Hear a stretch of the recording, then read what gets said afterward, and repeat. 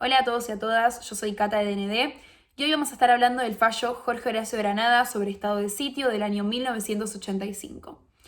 Antes de que arranquemos con el análisis del fallo, me parece importante recordar algunas cuestiones que van a hacer a un mejor entendimiento del mismo. En primer lugar, tener en cuenta que en nuestro sistema constitucional no existen derechos de carácter absoluto, sino que tanto los derechos como los principios y las garantías constitucionales van a ser de carácter relativo. ¿Qué quiere decir esto de la relatividad de los derechos? O mejor dicho, ¿dónde lo podemos ver plasmado? Bueno, lo podemos ver en el artículo 14 de la Constitución Nacional. Este artículo nos determina que todos los derechos que estén allí enumerados van a pertenecer a todos los habitantes de la nación conforme a las leyes que reglamenten su ejercicio. Y esa última frase, conforme a las leyes que reglamenten su ejercicio, va a demostrar esta relatividad de los derechos y va a determinar que los derechos tienen, el ejercicio de los derechos, mejor dicho, tienen límites y que esos límites van a estar dados por las leyes que los reglamenten. Pero a su vez tenemos otra limitación en cuanto a esta reglamentación de los derechos que va a estar dada por el principio de razonabilidad, que lo podemos ver en el artículo 28 de la Constitución Nacional. Este principio de razonabilidad lo que va a determinar es que esas leyes que reglamenten el ejercicio de los derechos van a poder existir siempre y cuando no alteren o no desnaturalicen el sentido de los mismos, ¿sí? Entonces, en síntesis, decimos que los derechos no son absolutos, que tienen reglamentaciones dadas por las leyes, pero que esas reglamentaciones también tienen límites que van a estar dados por el principio de razonabilidad en el artículo 28 de la Constitución Nacional, que determina que esas leyes no van a poder desnaturalizar o alterar el sentido de los derechos, de los principios y de las garantías constitucionales. En segundo lugar, es importante recordar el concepto de poder de policía, que es aquella facultad que tiene el Estado justamente para regular el ejercicio de los derechos, siempre dentro de límites razonables, principio de razonabilidad, como les decía anteriormente. Entonces, como dijimos, no tenemos derechos absolutos, tenemos derechos relativos, tenemos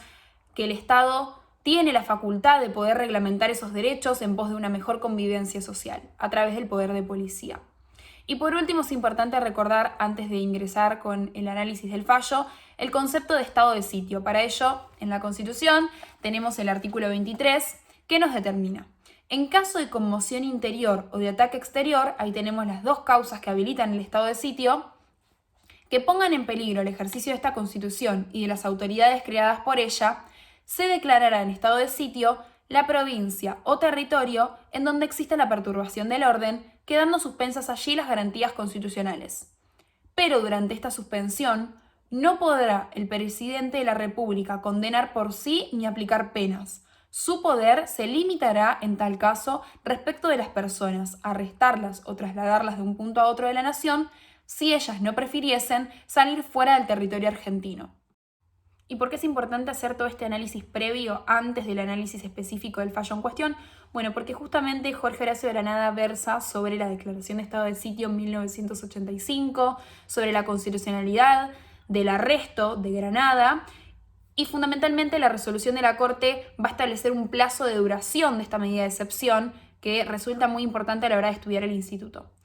Adentrándonos a lo que son los hechos y al contexto histórico en el cual se dictamina esta resolución, entendemos que estábamos bajo la presidencia de Raúl Alfonsín, quien mediante un decreto, el 2049, determinó el arresto de 12 personas, dentro de las cuales se encontraba Granada.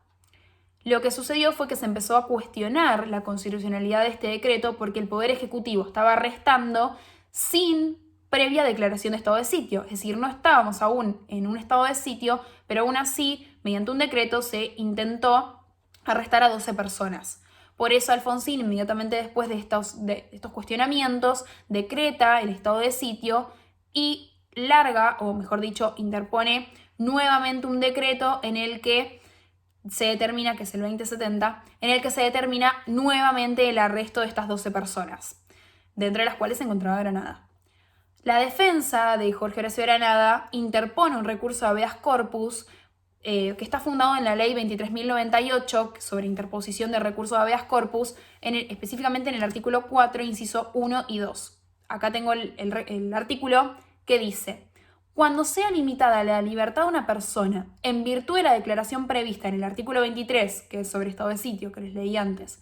de la Constitución Nacional, el procedimiento de habeas corpus podrá tener a comprobar en el caso concreto 1. La legitimidad de la declaración del estado de sitio y 2. La correlación entre la privación de la libertad y la situación que dio origen a la declaración de estado de sitio.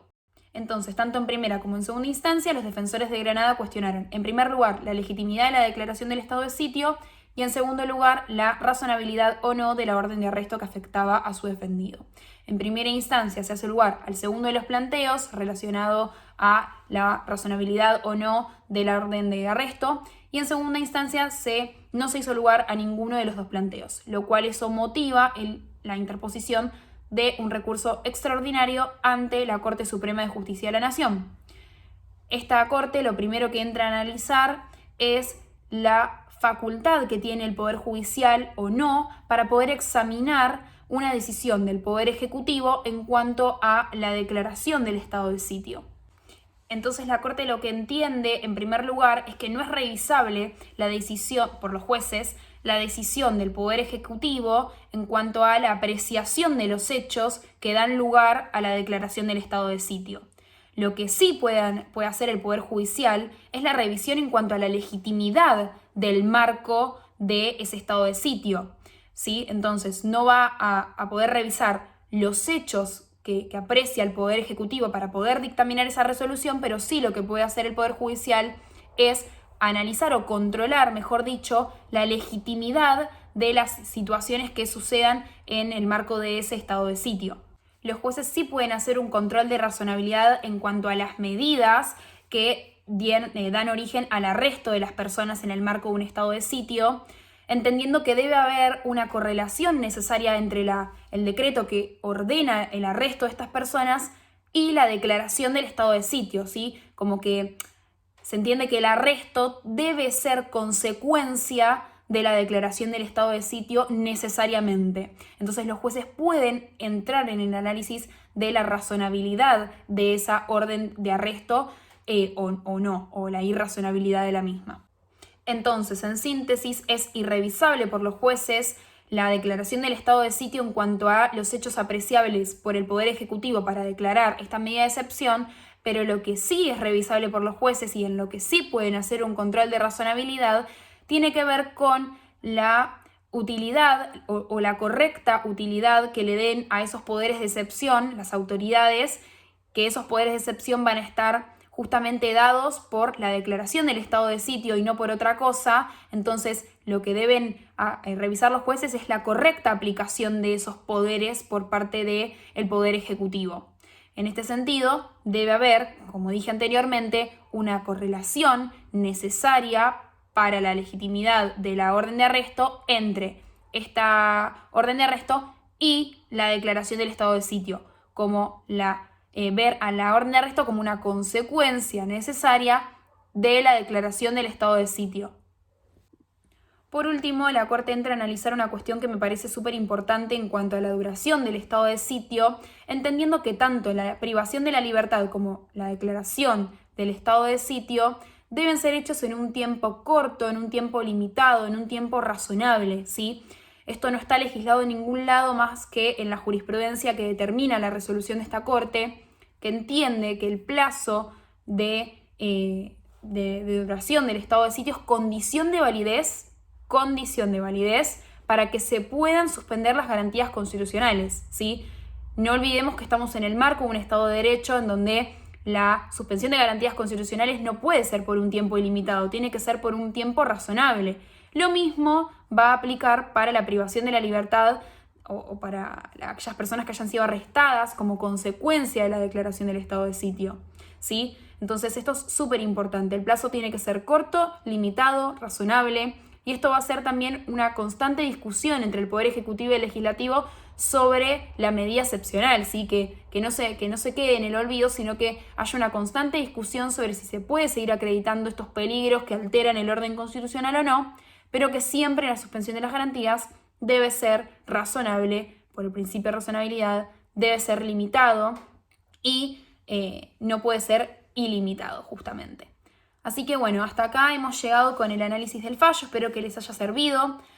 y nos vemos en un próximo video.